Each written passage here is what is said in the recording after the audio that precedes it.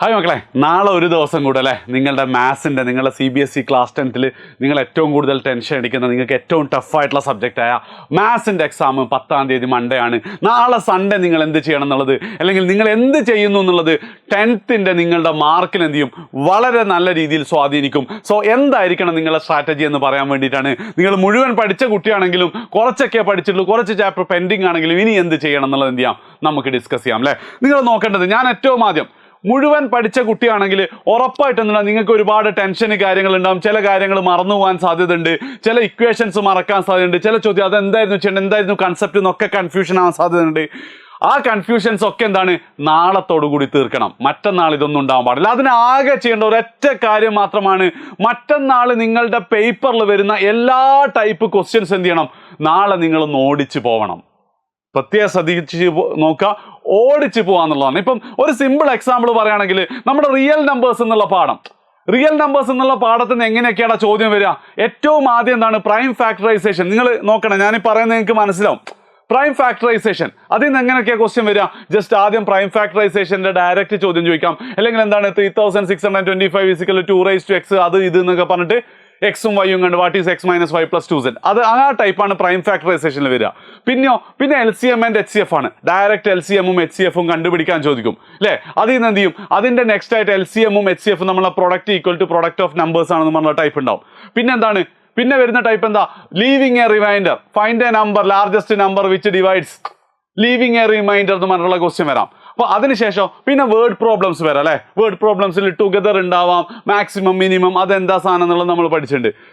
അത് കഴിഞ്ഞാൽ പിന്നെ എന്താണ്, ഇറാഷണൽ നമ്പേഴ്സ് ആണ്. Irrational number √3 is 5, √3 is irrational എന്ന് പ്രൂവ് ചെയ്യാനും, അല്ലെങ്കിൽ √3 ഇല്ല ഇറാഷണൽ ആണെങ്കിൽ 2 + √3 എന്താ പറയുക ഇറാഷണൽ ആണെന്ന് പ്രൂവ് ചെയ്യാനും വരാം. അതേപോലെ തന്നെ എന്താ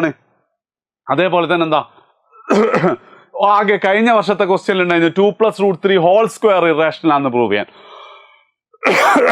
2 + √3 ഹോൾ സ്ക്വയർ ഇറാഷണൽ ആണെന്ന് പ്രൂവ് ചെയ്യാൻ എന്തുണ്ടായിരുന്നു വെച്ചാൽ, ഇവിടെ നമ്മൾ 2 ക്വസ്റ്റ്യൻ വിട്ടിട്ട്, ഒന്ന് 6 n does not end with 0 എന്നുള്ളതും, അതേപോലെ തന്നെ എന്താ ഇങ്ങനെ 3 × 11 × 15 പ്ലസ് അത് ഇസ് എ കോമ്പോസിറ്റ് നമ്പർ എന്നുള്ളതും. അപ്പം ഈ ചോദ്യങ്ങളൊക്കെ നിങ്ങൾക്ക് ചെയ്യാൻ പറ്റുമെങ്കിൽ റിയൽ നമ്പേഴ്സ് അറിയാമെന്നാണ്. അപ്പം നിങ്ങൾ നാളെ ചെയ്യേണ്ടത് ഈ എല്ലാ ചോദ്യങ്ങളും നിങ്ങൾ നാളെ നോക്കണം. എന്നിട്ട് ഇതിലേതെങ്കിലും ഒരു കൺസെപ്റ്റ്, അയ്യോ 6n എങ്ങനെയായിരുന്നടാ 0 ലാസ്റ്റ് ടേം, നിങ്ങൾ ചിലപ്പോൾ മറന്നുപോയിട്ടുണ്ടാവും, കാരണം നിങ്ങൾ കുറേ ആയി പഠിക്കുന്നല്ലേ. അത് നാളെ അങ്ങ് ഓർത്ത് വെച്ചാൽ അതെന്താ ചെയ്യുക, ആ കൺസെപ്റ്റ് നോക്കിയാൽ എന്തായിരിക്കും, അത് കിട്ടും, അത് പരീക്ഷയ്ക്കെന്ന് പറഞ്ഞു. അപ്പം ഇതാണ് നാളെ നിങ്ങൾ ചെയ്യേണ്ടത്. പഠിച്ച ചാപ്റ്ററുകൾ മുഴുവൻ ഇതാണ്. അതായത് വരുന്ന ചോദ്യങ്ങൾ ഏതൊക്കെയാണ്, ചെയ്യാൻ അറിയുന്ന ഒരു ക്വസ്റ്റ്യൻ പോലും നിങ്ങൾ ചെയ്യരുത്. ഡൗട്ടുള്ള, കൺഫ്യൂഷനുള്ള, മറന്നുപോയ ചോദ്യങ്ങളാണെങ്കിൽ ഉറപ്പായിട്ടും അത് മാത്രം നിങ്ങൾ വർക്കൗട്ട് ചെയ്യും. നിങ്ങൾ മനസ്സിലാക്കണം, നാളെ നിങ്ങൾക്ക് 10 മണിക്കൂറും കൂടെ ഉണ്ട് ഇനിയും പഠിക്കാൻ. അപ്പം ഈ കാര്യങ്ങളൊക്കെ ഇതാണ് നിങ്ങൾ എന്ത് ചെയ്യേണ്ടത്, പഠിച്ചു കഴിഞ്ഞ ചാപ്റ്റേഴ്സിന് മുഴുവൻ ചെയ്യേണ്ടത്. അപ്പം എല്ലാം പഠിച്ച ആളാണെങ്കിൽ എല്ലാ ചാപ്റ്ററും ഈ പ്രോസസ്സ് തന്നെ ചെയ്തുകൊണ്ടേയിരിക്കാം. ഓക്കെ.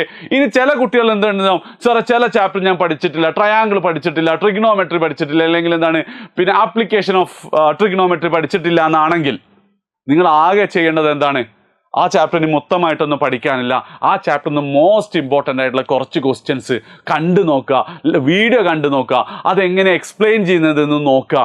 ബൈഹാർട്ട് പഠിക്കാൻ പറ്റുകയാണെങ്കിൽ ബൈഹാർട്ടൊന്നും വർക്ക് ചെയ്യില്ല, എന്നാലും എന്താണ് ഏകദേശം കൺസെപ്റ്റ് പഠിച്ചാൽ ചിലപ്പോൾ എന്ത് ചെയ്യും, അതേപോലത്തെ ഒരു ചോദ്യം നിങ്ങൾക്ക് വരും. ഞാനൊരു എക്സാമ്പിൾ പറഞ്ഞുതരാം.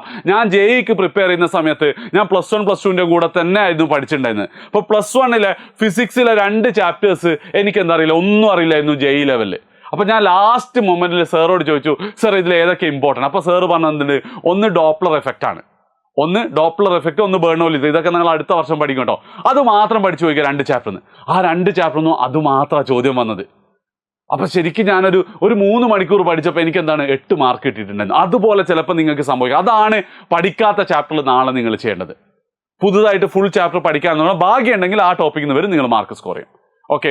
ആൻഡ് ലാസ്റ്റ് ഒരു കാര്യം കൂടെ ഉള്ളതെന്ന് വെച്ച് കഴിഞ്ഞാൽ, നിങ്ങൾ എന്താണ് നന്നായിട്ട് ഉറങ്ങണം, നേരത്തെ കിടന്നുറങ്ങാൻ നോക്കാം. സ്ലീപ്പ് ഡിപ്രൈവ്ഡ് ആയി കഴിഞ്ഞാൽ ഒരു പക്ഷേ എന്തായിരിക്കും, നിങ്ങൾ പഠിച്ചതൊക്കെ മറന്നു പോകാൻ ചാൻസ് ഉണ്ട്. അത് നാളെ ഞാൻ എന്തായാലും ഒരു വീഡിയോ കൊണ്ട് തരുന്നുണ്ട്. അപ്പോൾ ഇതൊക്കെ ഉള്ള കേസിൽ നിങ്ങൾക്ക് ഒരു സംശയം, സാർ ഇതൊക്കെ എവിടെ നിന്നാണ് കിട്ടുക, സാർ ഓരോ ചാപ്റ്ററിൽ നിന്നുള്ള എല്ലാ ടൈപ്പ് ക്വസ്റ്റ്യൻസ് എവിടെ നിന്ന് കിട്ടുക, അത് ആരാ കാണിച്ചു തരാം, അതേപോലെ ഇമ്പോർട്ടൻറ്റ് ക്വസ്റ്റ്യൻ, പഠിക്കാത്ത ചാപ്റ്ററിൽ ഇമ്പോർട്ടൻറ്റ് ക്വസ്റ്റ്യൻസ് ആരാ കാണിച്ചു തരാം, എല്ലാം എന്തുണ്ട് നാളത്തെ ലൈവിൽ നാളെ രാവിലെ 9 മണിക്ക് ഞാൻ ഈ ഒരു പ്രശ്നം സോൾവ് ചെയ്യാൻ വേണ്ടി ഒരു ലൈവ് ഉണ്ട്, നമ്മുടെ ലീക്ഡ് ക്വസ്റ്റ്യൻ റിവിഷൻ.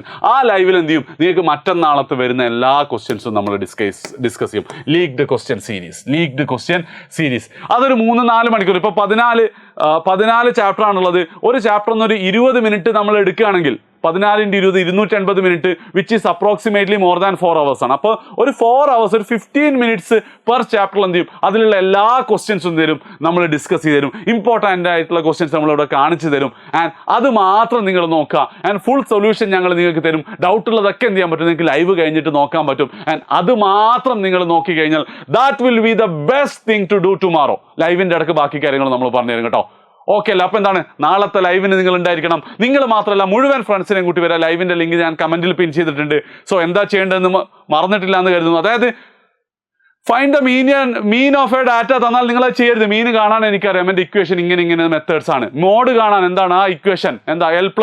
ബാക്കി എന്താണ്, ആ സാധനം ഓർത്തെടുക്കൽ മാത്രമാണ് എന്തുള്ള നാളത്തെ നിങ്ങളെ പണി.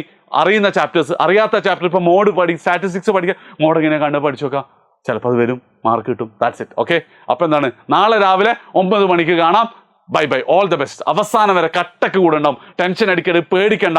രാവിലെ 9 മണിക്ക് ലൈവിൽ വന്നാൽ ഉച്ചയ്ക്ക് ഒരു 1 മണിയോടുകൂടി നിങ്ങളെ കോൺഫിഡൻസ് കൂടും. 1 മണീൻ്റെ അപ്പുറം എന്തായാലും ലൈവ് പോകില്ല. ഓക്കെ, ശരി.